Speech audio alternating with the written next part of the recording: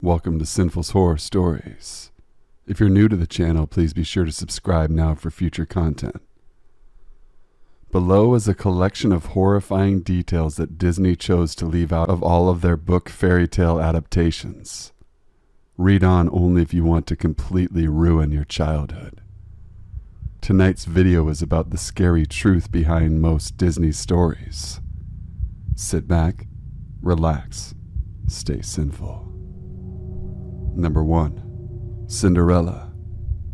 In the Brothers Grimm version, one of Cinderella's evil stepsisters cut off her toes and the other her heel so they can both fit into the tiny glass slipper. The prince is notified by little doves that there's blood on the shoe, finally discovers that the true owner is Cinderella. Once the stepsisters realize they should try to win favor with Cinderella, after all, she will be the queen. They attend her wedding, only to have their eyes pecked out by birds.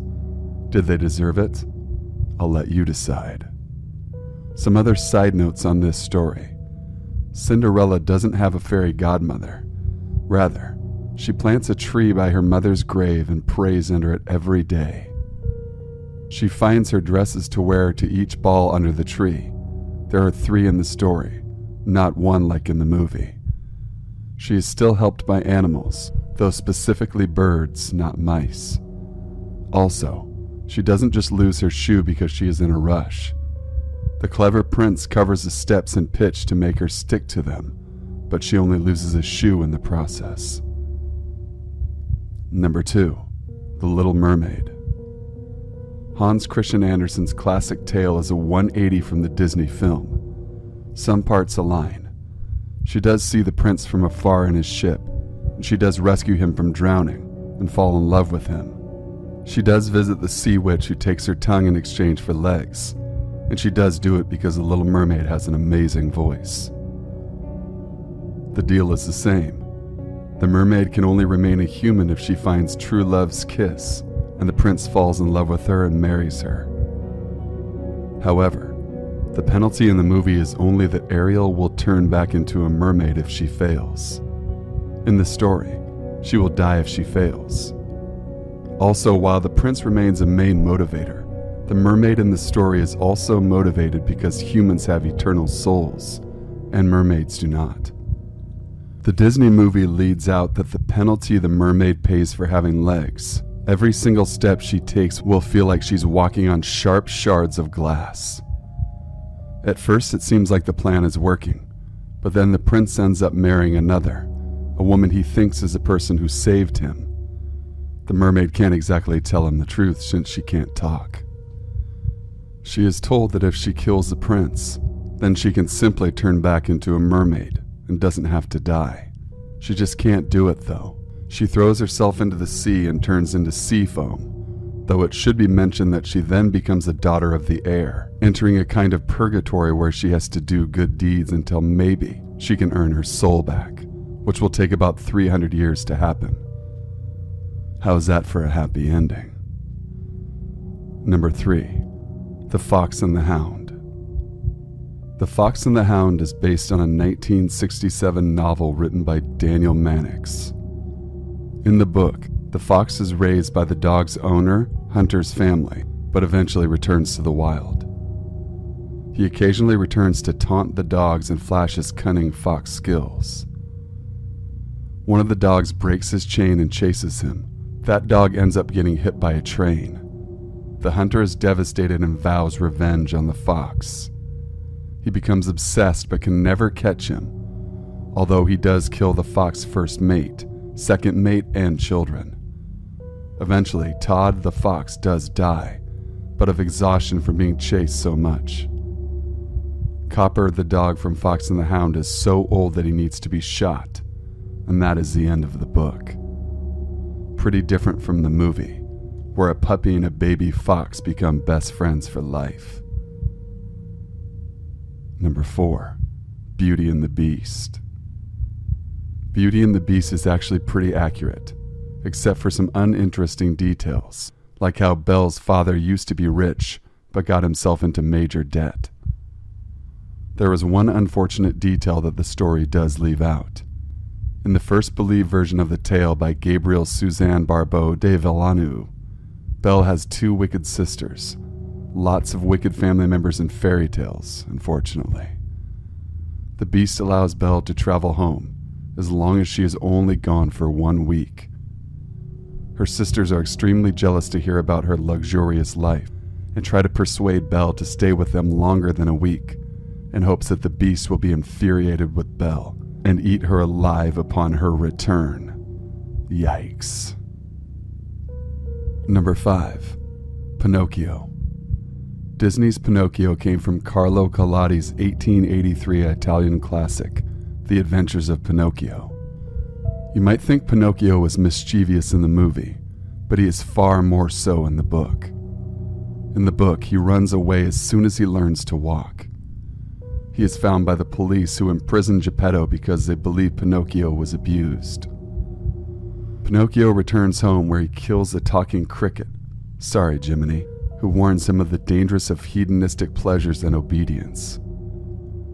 Geppetto was released and insists that Pinocchio goes to school. Pinocchio sells his school books for a ticket to the Great Marionette Theater. He encounters a fox and a cat, who steal his money and unsuccessfully try to hang him. Luckily, after saving Geppetto from the terrible dogfish, you might know it better as a gigantic angry whale from the film, Pinocchio shapes up and eventually becomes a real boy, and you know all that stuff about boys getting turned into donkeys, and then sold to evil circuses did end up making it into the movie, surprisingly. Number 6. Sleeping Beauty. In Giambattista Basile's tale, which is the actual origin of Sleeping Beauty's story, a king happens to walk by Sleeping Beauty's castle and knock on the door. When no one answers, he climbs up a ladder through a window. He finds the princess and calls to her, but she is unconscious. She does not wake up. Well, dear reader, he carries her to the bed and rapes her. Well, dear reader, he carries her to the bed and has his way with her. Then he just leaves. She awakens after she gives birth because one of her twins sucks the flax from the spindle out of her finger. The king comes back, and despite having had his way with her, they end up falling in love. However, another big problem. The king is still married to someone else. His wife finds out and not only tries to have the twins killed, cooked, and fed to the king, but also tries to burn the princess at the stake. Luckily, she is unsuccessful. The king and the princess get married and live happily ever after, despite the fact that he had his way with her. Perrault's adaptation of Basile's updated adaptation of the story is probably what was used for the Disney adaptation, as they are much more similar. Number 7. Tangled. I know, this is a pretty loose adaptation, but still, I think it's worth mentioning. In the Brothers Grimm version, Rapunzel gets knocked up by the prince before they escape, and the evil sorceress figures it out. The sorceress cuts off Rapunzel's hair and throws her out into the wilderness. When the prince shows up to see her, the sorceress dangs Rapunzel's cut-off hair to lure him and tells him he will never see Rapunzel again. He jumps out the window in despair and is blinded from the thorns below. He wanders around aimlessly. He is blind. Rapunzel gives birth to twins. He is eventually guided back to her when he hears her voice. Her tears restore his sight. They return to the prince's kingdom and live happily ever after. See, some of these fairy tales actually do have real happy endings, even when women have babies out of wedlock. Number 8. The Lion King. Oh, you didn't know that The Lion King was a loose adaptation of Shakespeare's Hamlet? Well, fancy that. A jealous brother kills the king. The son finds out about it and wants revenge. Rosencrantz and Guildenstern, Timon and Pumbaa distract him, but finally the son kills the evil, jealous brother. Well, actually in Shakespeare's version everyone dies, not just the evil, jealous brother, formerly known as Claudius. Number 9. Snow White and the Seven Dwarfs. In the Brothers Grimm version, the evil queen's stepmother asks a hunter to take Snow White into the forest and kill her. This also happens in the Disney movie. However, in the story, she asks him to also bring her back Snow White's lungs and liver. He can't kill Snow White, so brings back a boar's lung and liver instead. The queen eats the lung and liver, believing them to be Snow White's. In the book, the queen tries twice unsuccessfully to kill Snow White. The third time, when the queen gives her the apple, just like in the movie, Snow White faints and can't be revived. She is placed into a glass coffin. A prince comes in and wants to take her away, even though she is still asleep, which is very weird. The dwarves hesitantly allow it, and while she is being carried, the carriers trip, causing the poisoned apple to become dislodged from Snow White's throat. She and the prince, of course, get married. The evil queen is invited. As a punishment, she is forced to wear burning hot iron shoes and dance until she drops dead. Correction. A various version of the article stated that in Snow White and the Seven Dwarfs, the evil queen asks the huntsman to bring back Snow White's heart and liver. It has now been updated to the correct lungs and liver. Thank you guys for watching and listening. I hope this video was enjoyable and a different change of pace for you. Email all of your true scary stories to thesinfulsavant@gmail.com. I will leave a link to my email in the description box below as well. If you enjoy true scary horrifying posts on Instagram, follow my Instagram at b.scared.now. I will leave a link to my Instagram as well.